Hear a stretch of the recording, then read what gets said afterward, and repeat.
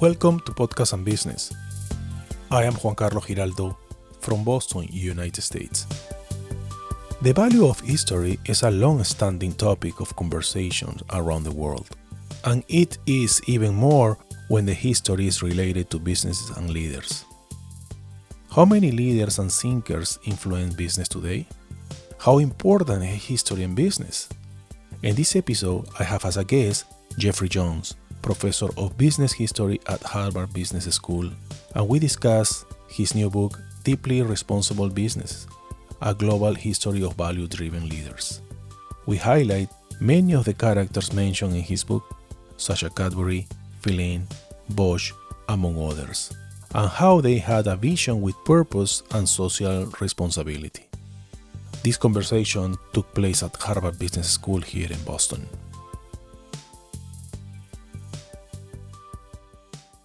Hello, Jeff. How are you?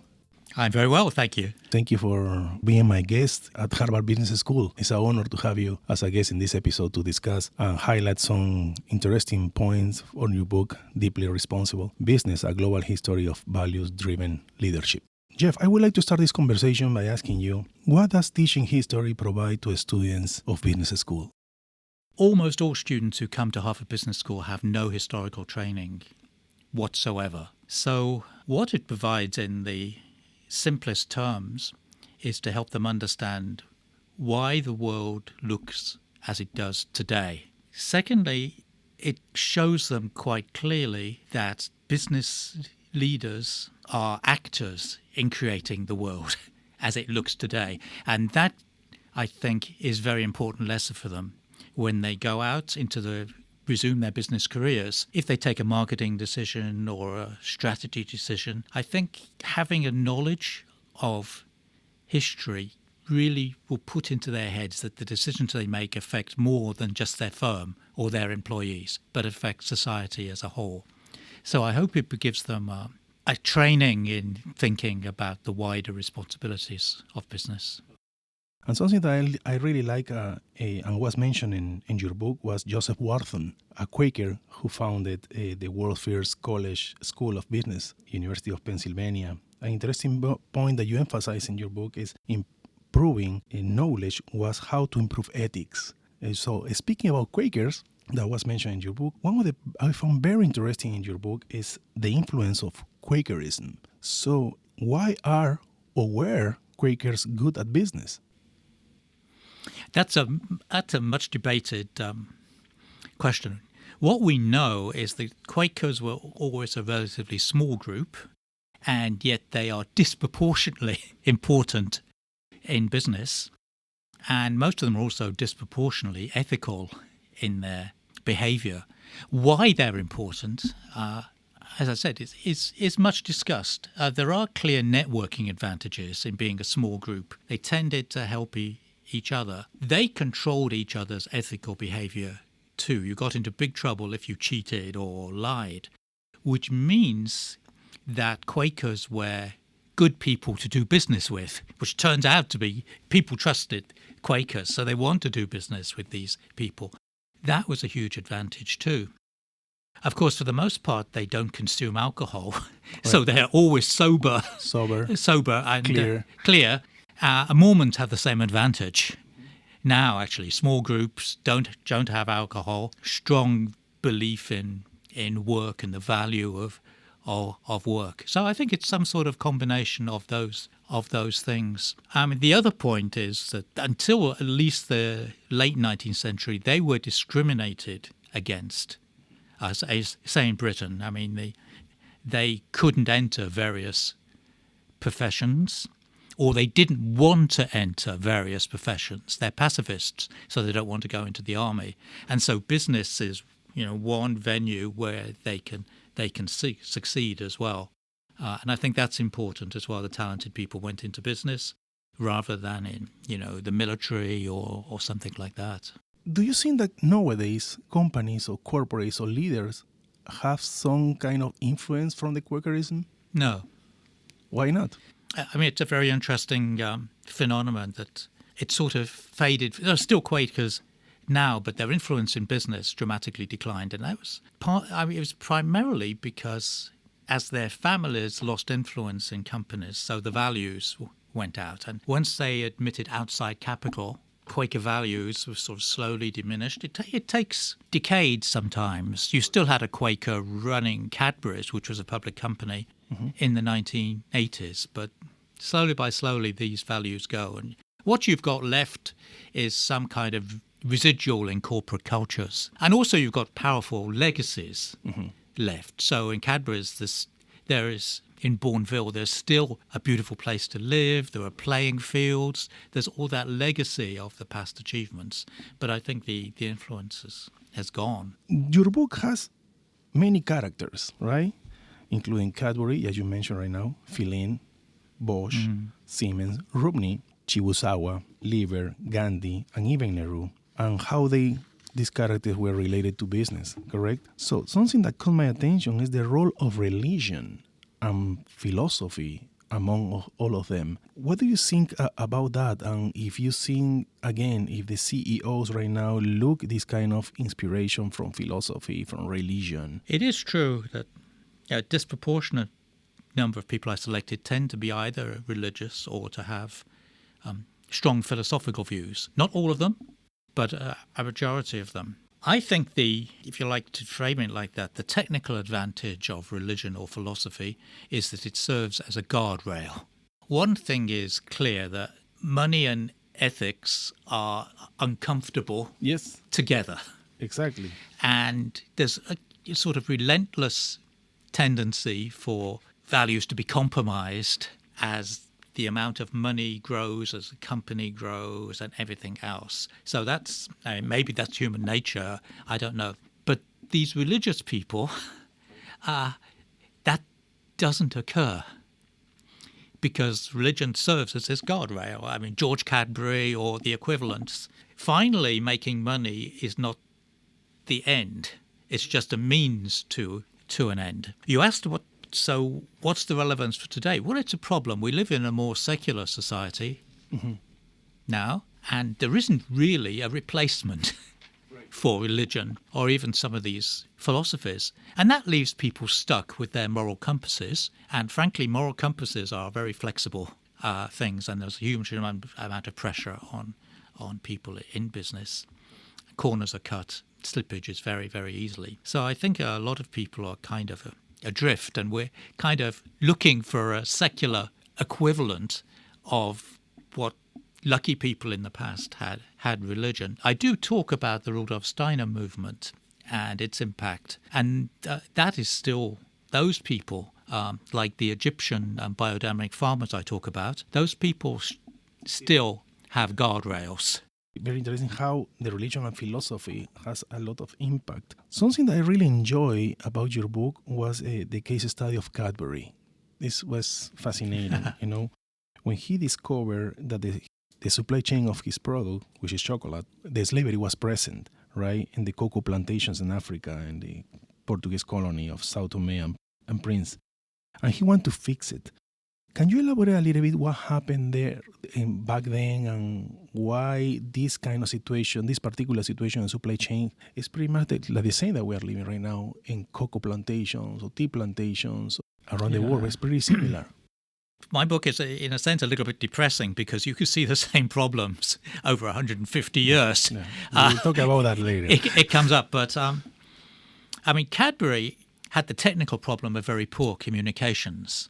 And so rumours started to spread that their suppliers were in Portuguese Africa were using quasi-slave labour, and he's sitting in Birmingham in England, and it's just very difficult to know what's going on. So it involves physically sending somebody first on a boat to Portugal, talking to Portuguese government officials who deny everything, and then that doesn't work out. So then they send somebody else actually to set foot in Africa. And so it's really complex to figure out what's going on. And even the British government doesn't really want him to know because Portugal was an ally of Britain and the geopolitical tensions are very great. Mm-hmm. So it was a huge problem. He's criticised for moving too slowly, but you can understand how he's moving too slowly. Companies today have faced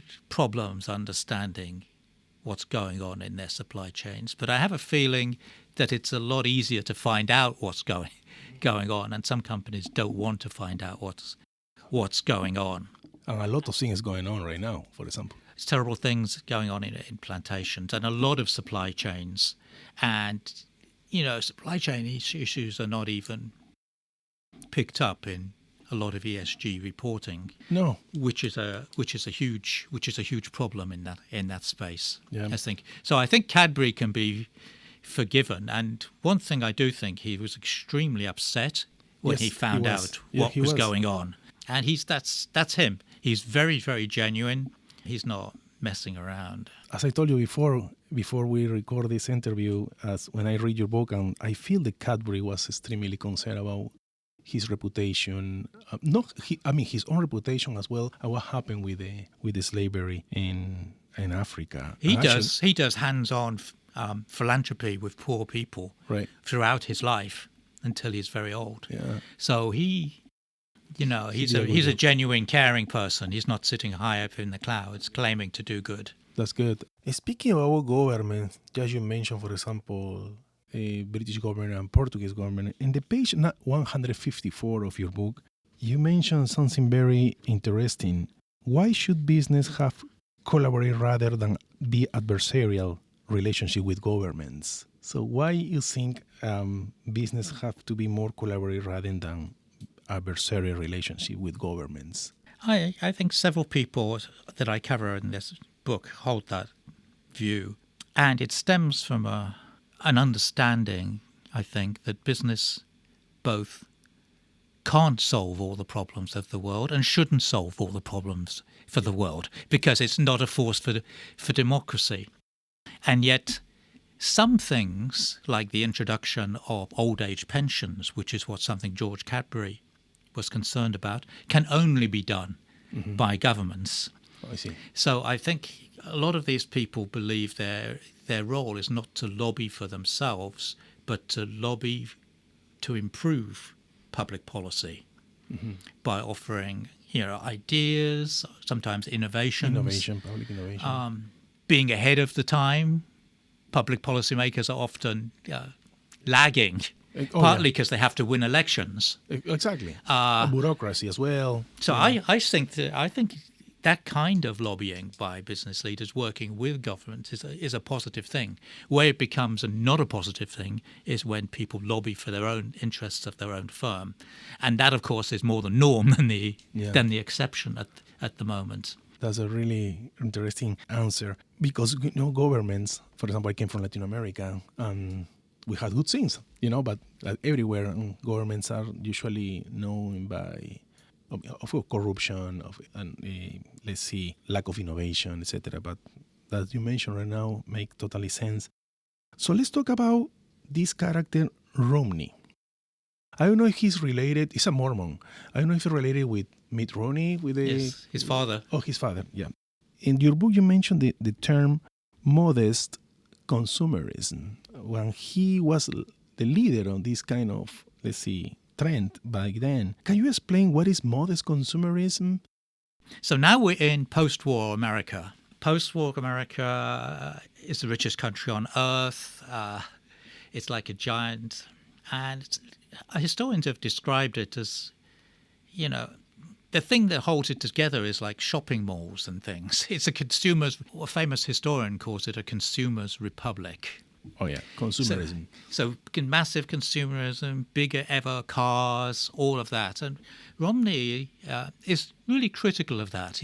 Crudely, he's saying there's more to life than going to shopping malls and having big cars. He hates waste, and he wants something more in people's lives. So when he takes over this car company, he pushes the idea of small cars. They were called Ramblers. The Ramblers, yes.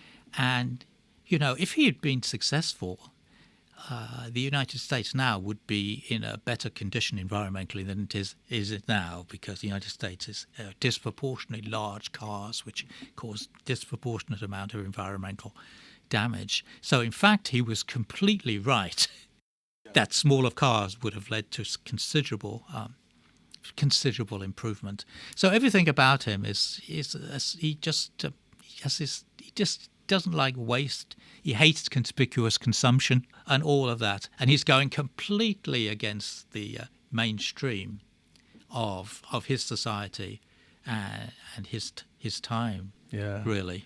Yeah, and he was focused. He worked in the Rambler, with this with movement, but also he was working in the housing for people who had no access to house back then. I think he worked with Nixon, right?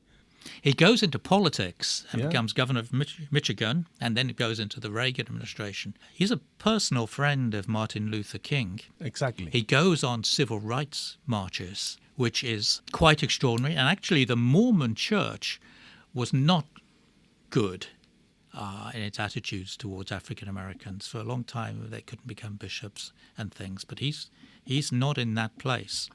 He's active, and he does very impressive work. Yeah, actually, certainly, both as a business person and in politics. Yeah. And I'm very happy to include George Romney because, as you know, at the moment there's a great deal of discussion about ESG investing being woke, whatever that exactly. means. Yeah.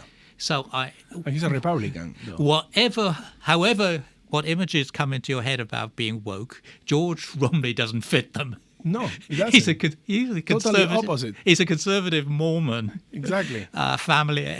He's Family-oriented. It's as far as you can get from wokeness, and yet he's pursuing policies which, for their time, were profit sharing, small cars, criticised consumerism. And he held to the black people back then, Absolutely. to try to be more inclusive. So yeah, and completely different than we're living right now in this kind of politic division. It's completely capitalist, but it's he just sees capitalism as a force for making society a better place to live, exactly, to improve quality life of people. Yeah, and he sees no contradiction whatsoever being a successful capitalist and making society a better place. Yeah. In your book, in the chapter number 8, you share, for example, how music, the hippie movement, the new left, feminism, the veganism, environmentalism, the role of gender and racial issues was also present through Martin Luther King Jr. And all of them had enormous impact by then. And it has many similarities with what is currently happening in the world right now. What are your thoughts? Why these things that happened years ago has kind of similarities right now? Because we are living, we have many social movements currently living, at least in the United States, very predominant in UK as well. I think there are similarities and dissimilarities. These movements in the 60s and 70s are really undermining how societies had evolved over the previous 100 or so years, whether from gender stereotypes to racial segregation. These movements are contesting that. And it stimulates a whole set of entrepreneurs who want to be a part of that story, and they introduce new brands and new products which also challenge previous assumptions and ways of doing business. Now we live in a time when, you're right, there are a lot of challenges to the existing order. Less convinced that some of them are so helpful. If you think of the spread of like social networks, for example, whether it's a TikTok or Instagram, or that in a way undermines how things have been done in the past and resets it. But I don't think it resets it in a particularly helpful way. I think it resets it in a way that reduces critical thinking and reduces attention spans. And that's also stimulating a new wave of entrepreneurship, tech people developing fairly more useless apps. And I think the relationship may be not quite as productive. Yeah. Of course, there are good, more productive things like the Black Lives Matter movement, for example, which hopefully is also stimulating great entrepreneurial endeavors to encourage more diversity in marketing and whatever else. But I think it's more of a mix than the 60s, 70s predecessors, I think. But speaking about entrepreneurship, corporate business, etc., let's talk about ESG and the B Corp movement. You talk about Milton Friedman, right? And his philosophy of value shareholder maximization. But I think this has changed, right? Milton Friedman probably back then was kind of right. Now companies are more focused on stakeholders. And of course, the revenue. How are these two terms related to deeply responsible business, in your opinion? The ESG and B Corp. I don't think anybody who follows Friedman's guidance that the sole purpose of a company is to maximize shareholder profits is deeply responsible. Because I believe, and I say explicitly, that companies are embedded in society and they have their license to operate, to put it mildly, it depends on having more responsibility than to just your shareholders. I think, as I write about, for sure there has been, the last decade has seen a movement away from shareholder maximization. How great it is another matter.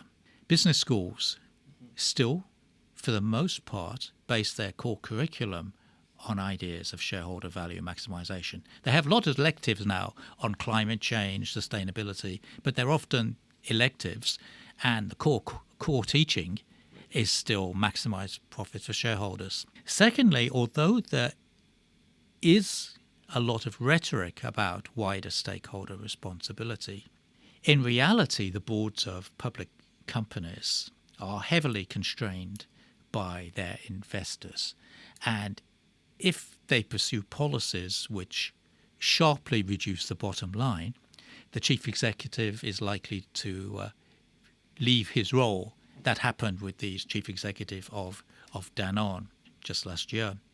I think we have more rhetoric than we have reality at the moment. And ESG investment is at the pinnacle of this rhetoric, I think. As you know, we now have, a third of financial assets in the United States are driven by ESG. But what does that really mean? And once you look inside the portfolio of funds, for example, in ESG investing, you see remarkable companies in it. And they get ranked as favorably because they've done something. It may be increasing the diversity of their board or something, or changing all the light bulbs to reduce carbon emissions. But there's a lot of games playing at the moment, and whole departments in companies are now focused on getting their ESG ratings up, and there's a kind of a lack of authenticity, of George Cadbury style authenticity in the whole process, and I think that's a tragedy. In the book, I say I think it was probably a huge mistake to bungle together E, S, and G together, because you're dealing with separate issues with separate metrics, and you merge all those together, and it's a recipe for games playing and things, and it's almost criminal, because we're dealing with the most important problems faced by humanity, whether it's inequality or climate change or racial injustice. No, I totally agree with you. Maybe separate and handle in different way. Just the E on one side, the S, which is I think the S is the most challenging. But I agree with you that manage this situation separately will be more helpful. In many reports, speaking about reports about ESG or sustainability, etc., there are plenty of reports that mention the low of participation of women in the boards or entrepreneurship, etc. But however, in your book, you mention a black woman, which is Anitumbo Malone. Can you elaborate a little bit about how she became a self-millionaire, right? Yeah, she was a pre-1914 or late 19th century, early 20th century entrepreneur in the beauty industry. And the beauty industry in the United States develops solely on ethnic lines. So the mainstream white companies would not produce any products for African Americans because they couldn't identify African Americans as beautiful. Wow. So it made no sense for them, which is awful, of course, but it does create an entrepreneurial opportunity because African Americans have distinctive hair, which needs distinctive type of management. And so Anitumbo Malone develops hair care products.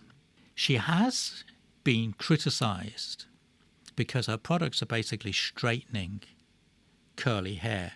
And that's not everybody's idea of what is a responsible thing to do.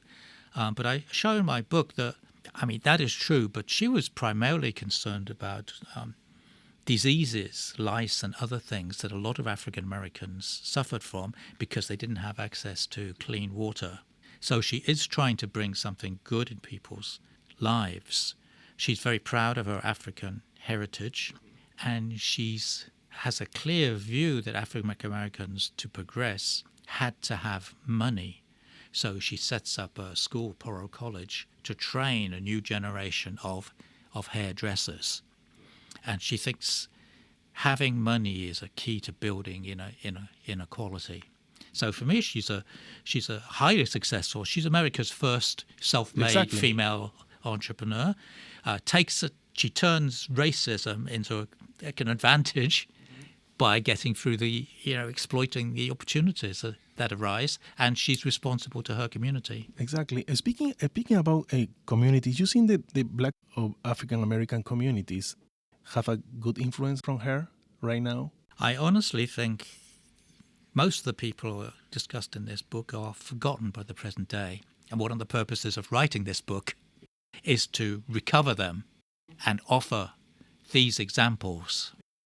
So I would be very, very proud indeed if young African Americans read her story and thought about, what are the opportunities today? How can we flip racism into an opportunity and do some good for the community? Exactly. For all the communities, not just for all of the communities. No, she's an example of turning adversity into an advantage and helping her community along, which is an ideal, right? I like that. Hey, Geoffrey, before wrapping up, is there anything that you would like to add to the audience about your book, about this topic that we are talking right now? One thing that comes out of the book is that everything we're debating now has been debated years ago, which is very sad. Which means we didn't improve. It means we didn't improve, and a lot of these people are forgotten, and there are important lessons to be learnt. I think another thing that comes out of the book is, contrary to an awful lot of management studies literature, being responsible and being sustainable is not easy, and it's not straightforward, and involves multiple trade-offs. That's not a reason to do it, but it's certainly, we don't live in a world of win-wins, despite endless books saying it's easy to do a win-win. It's actually not easy, and the people in this book, their stories were not particularly easy. If it was easy, other people would have copied them. But it is possible. So I hope there's also some sort of feeling of hope that it is possible to build successful businesses, even if everybody thinks you're completely crazy. And several of these people, their contemporaries, thought they were completely crazy when they took this path. It's possible. It's important to do it. You can change people's lives as well. No, that's great. And you know what? I think history is so critical. Where people can find you or buy your book, Geoffrey? You can ideally buy it at a local bookstore, but as many local bookstores are not holding the book, you can buy it direct from Harvard University Press website or from Amazon if you want to use. Perfect. Geoffrey, I would like to say thank you for your time. Oh, thank you for having me. Thank you. I'm Juan Carlos Giraldo from Harvard Business School right now. And thank you so much, everyone.